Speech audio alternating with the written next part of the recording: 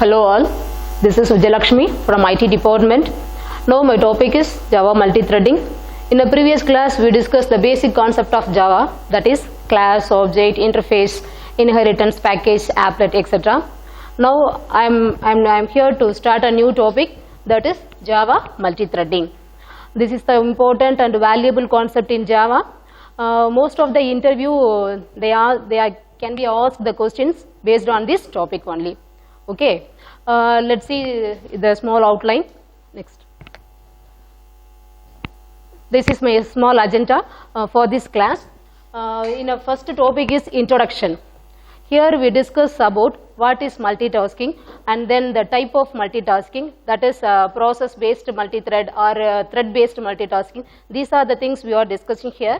The second topic is life cycle of multithread. In a multithread, we have 5 different stages, various stages, that is new, runnable, running, non-runnable, and then termination stage.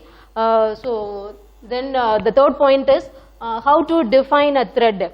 That means in a Java, we can define a thread in 2 different methods. One is based on inheritance, the other one is based on interface concept. These 2 concepts is mainly used to create a thread.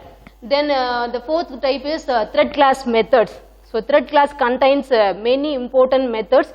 So we will discuss the syntax, how it will be implemented in our programs. That statement only here we are discussing.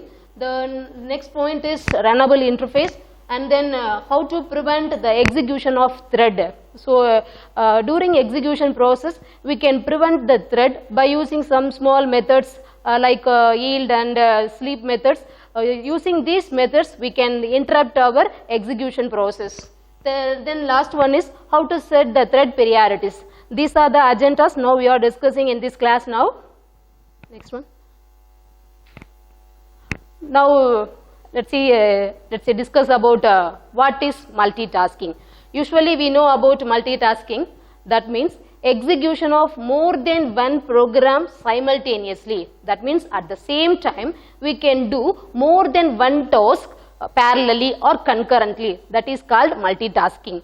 For example, in a computer system, at front end we use Java editor. In that editor we can type your program or compile the program or executing the program. All these processes are executed in front end. This is the one process. In a backend side, we can download one program from internet and then taking printout for a particular file. These process also running in a backend side. So at the same time, we can execute more than one program parallelly in a computer system. That is called multitasking. That is process based multitasking. So now we discuss about multi-thread. So thread is similar to process, but it is called lightweight process. That means our program is divided into, a single program is divided into more than one subparts. So each and every parts are separate or individual parts. That means there are independent process. Then only we can run these process in a parallel way. So in a previous process based multi-threading also we discussed taking printout, downloading the file, and then execution of Java program. These are independent process. So similarly here our single program is divided into more independent processes. Then only we can run that process parallelly without any interruption. Okay. So here multi-thread means a big program is divided into small subparts. Each and every process are executed parallelly or concurrently at the same time. That is called multi-threading.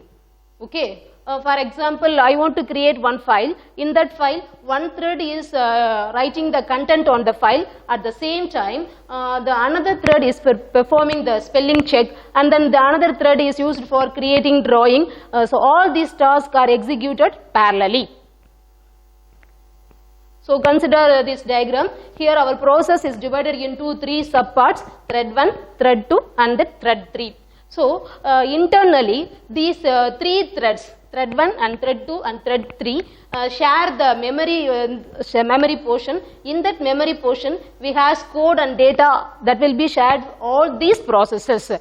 Similarly, the stack portion is allotted for individual threads, because during transformation from one thread to another thread, we want to store the current status of the thread. For that process, we maintain a stack portion. For this purpose, we use stack process.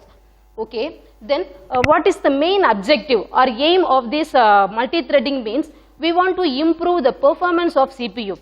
How it is possible means we can reduce the idle time of the CPU. Then only we can increase our throughput. For that purpose, we are introducing multi-thread concept. For example, so one program containing over 10,000 lines, that program can be executed approximately for 5 hours. Okay. So during the execution of single program, most of the time the CPU will be idle. So we can, this idle time should be allotted to other process. For that process, we can reduce the response time of the CPU. For reducing this idle time, we can improve the throughput. Okay. So that is the advantage of this multi-threading concept. So the next one is the one thread to another thread, we switch over from one thread to another thread. Here we using context switching concept.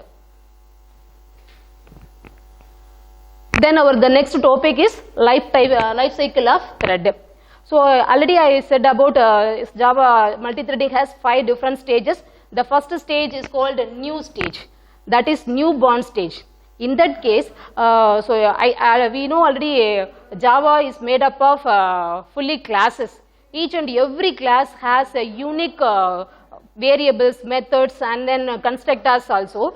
So if you want to access the class variables or members, we need an object. So for implementing this multi-threading, first of all you want to create one object. That object creation stage is called as newborn stage. Okay. In that case, we have 2 possibilities. One possibility means our newly created thread may go to execution stage. That will be done by using start method, or otherwise our newly created thread may go to termination stage, and for that process we use stop method. So in a newborn stage, we have only 2 options. So second stage is called runnable stage. That stage means ready for execution. That means a newly created thread may wait for CPU. So that state is called runnable state. In that, it will be done by using start method. So here our newly created process may enter into ready queue for the availability of CPU. In that case, you call the start method, then only this runnable thread may go to running state. Okay. So we may want to switch over between runnable state to running state or running state to runnable state. We use different methods. For example, I want to switch over from runnable state to running state, we use start method. Similarly, we convert the process from running state to runnable state, we use yield method. Okay. So this transformation must be done through some methods, that is called start and yield method also. Next state is called running state. This is the most important state in a Java multi-threading. Here, so our program is currently using the CPU. In that situation, we done many different tasks. For example, one thread is disturbed by another thread, or thread synchronizations. These are the things that happen here. So here, for example, I say some situation. The first one is, I want to suspend the program for certain reason. So the running program may switch over to a suspended stage. For this process, we use suspend method. That will be indicated in red color arrow mark. So after the certain situation, certain time, the suspended program can enter into running state. For that process, it will be moved from runnable state by using the resume method. So resume method use panni we can convert the process from suspended state to runnable state. So this is one type of thread synchronization. The next point is, I want to stop the program. I want to stop the program from for certain duration. So using sleep method, in that method I have one parameter that is mentioned for time duration, that will be measured in milliseconds only. So I want to suspend the program for 1 milliseconds or 2 milliseconds, that will be mentioned in this parameter. So the currently running program, after execution this statement, it will goes to sleeping stage. After this completion of this time duration, it will be automatically converted to runnable state, and then the thread scheduler choose that program from this ready queue for running process. This will be done by using sleep method. These are the thread synchronization can be done in this running state. Next one. The fourth stage is called non-runnable state or blocked state. Already we said if I want to suspend the program one state to another state, that will be automatically goes to blocked state. Similarly, for time duration, we can stop the program from running, stop the program. That will be done by using sleep method. So that state is called blocked state. In that state, so our program is still alive, but it cannot die. So after certain situation, we can resume from the partially executed program. Okay. Then the fifth one is terminated state, that is the end of the state. In that state, that program may go to idle state or dead state. So that is the that tells about this program is finished or completed. So that state is called terminated state. So finally, I show the one flow chart for all the life stages. So already I said this is the newborn state. So it has two steps. One is start method, another is stop. So stop means that newly created thread may go to dead state. So here start method is used to newly created process may goes to running state or runnable state. Here our thread scheduler transfer the process from runnable state to running state whenever the CPU is available. Okay. So this switchover process will be happen here. Then suppose I want to block the program, so the running state program can convert it into blocked state by using these different type of methods. The one is suspended method, then sleep method, and then wait method. So after certain time, the blocked program may go to running state by using these two methods. One is resume method, the next one is notify methods. Okay, this is the overall life cycle of Java multi-threading. Next our topic is how it will be implemented. So here, in a previous section we discussed the basic concept of multi-thread. Now in a practical session, how to create a thread means, here I declare two methods. One method is based on inheritance concept, the other one is based on interface concept. So the first one is by extending thread class. So thread class is based on inheritance concept. The second one is implementing runnable interface. Here this concept is based on interface concept. Okay. These two methods is mainly used to create a thread. Okay. So in a thread class, so thread is a base class containing all the methods regarding based on our multi-threading concept. In that class, I have three separate constructors for creating thread. The first constructor, here in that constructor I have one parameter that is based on runnable target. The second one is thread having one parameter. In that parameter I mentioned the string. Then the thread class containing two parameters. One is runnable target and then second one is string name. Here this string name mentioned the name of the thread. Okay. Using these three constructors we can create a thread. Okay. Then. So in a thread class contains many methods for multi-threading. Here I list out some sample methods. In the first one is called public string getName. This method is used to get the name of the thread. So okay, so this method return the string value. For that purpose, the return value type is mentioned as a string. Okay. The next one is run method. This is the most important function in multi-threading, because during running process your activities can be executed. In that method only we can implement it. So this method is overridden method. Okay. So the next one is start method. So here new state process then converted into runnable state. In that case you start this method, our JVM automatically call the run method, then only our program goes to running stage. Okay. So next one is join. Join means I want to connect one thread with another thread. Actually, I am telling about thread means parallel execution. So, more than one program can be executed parallelly or concurrently. But after using this program, these two threads cannot run parallel, because after completion of one thread, after that the second thread can execute. That is the sequence process only done by using this join method.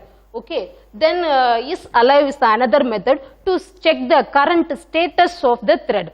So, okay. So, for example, if if the current thread is in active state or inactive state, that can be checked by using this alive method. If it return true means, then only it give the return type is Boolean. Okay. If the return value is true means the current thread is in active state. But if the return value is false means our thread may go to end state or dead state. Okay. So, is alive is the method to check the current status of the thread process. Then already we said about sleep method. In this sleep method, it has one parameter for defining time duration. Okay. To stop the, to block the current execution program. For that purpose we use sleep method. Here I am showing a small program. This is the single thread program, not a multi-thread program. In this program I am showing only a single process. So, for example, because why I am using this program means I want to show the execution flow of a thread. So, for that reason I choosing this program. Here I created one class, that name is called sample. This class is extended from thread class. So, inheritance concept. So, for inheritance I use the keyword extend keyword. In that class I have two methods, one is run method, the another one is main method. We already know that every program must start with the main program. So, our JVM machine start the program from this statement. In the statement, in this method I have two statements. The first statement is creating Java object. That means sample T1 equal to new sample, that is newborn stage. So, here only you created your thread. Okay, done. After this I call the method T1.start. In that stage our JVM machine implicitly call the another function is called run method. In that method only I have written all my executable statements. Here I am showing only a message, that message is called all is well. So, our JVM call this run method. In that method it only print this program. After that, here this is our output. After printing this output, our program will go to termination stage. So I tell the flow of execution here. First of all, this object creation is called newborn state. Here T1 start denote the runnable state, and then here run program denotes the running state. After the completion of this run program, we go to the termination stage. This is the program execution flow. Okay.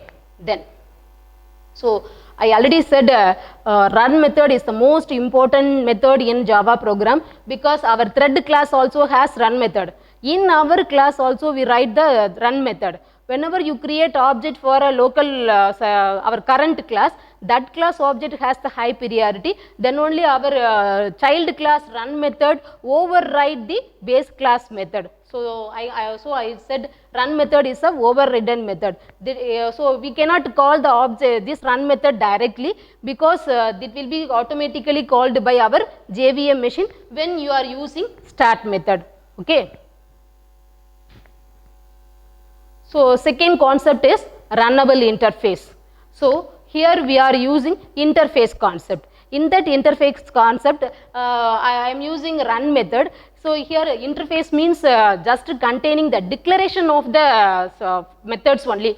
For that methods, we only define the methods. So we can write the statement for run method, that is using in runnable interface. So I want to create runnable interface program. So for this purpose I follow the four steps. The first one is, first of all I will create a class using implementing runnable interface. The second one is I can write the coding for run method, and then I create one object, thread class object. In that class object I can declare my class as a object. Okay. Then the fourth one is called, I can call start method. So next one. So this is the sample program for runnable interface. So here also my class name is sample, that will be using interface concept. For that purpose I am using implement keyword. Here also I am having two methods, one is run method, another one is main method. So here in that main method I am creating one object for my class, that is sample M1. Okay, so here I am creating a thread object, that is thread T1. In that thread object I passing object of our own class, that is M1. Using this current object I can call the run method as T1.start. Okay, after calling this program, this message will be printed as like. Okay, then so now we can discuss only a single thread program. Now I want to show multi-thread program.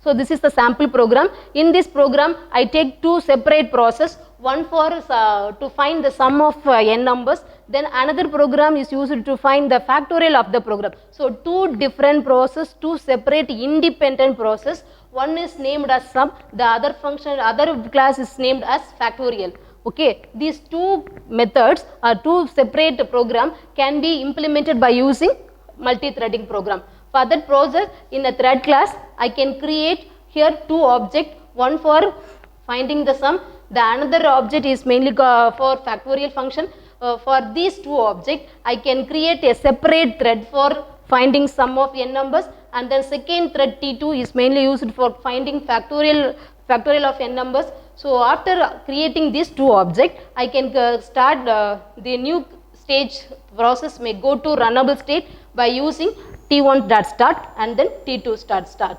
So whenever I call this T1.start, automatically the first thread one will call the function, that is some run method can be called, and then T2.start means automatically the control moves to factorial class method, that is printing the factorial values. Okay, after completing this process the output may be next. This is our sample output. So the first time output, then second time output. Every time we can different type of output only we can get. This flow, the order of output we may show the execution of threads. Thread 1 and thread 2, they are a mixed output only we can see here. Okay, thank you.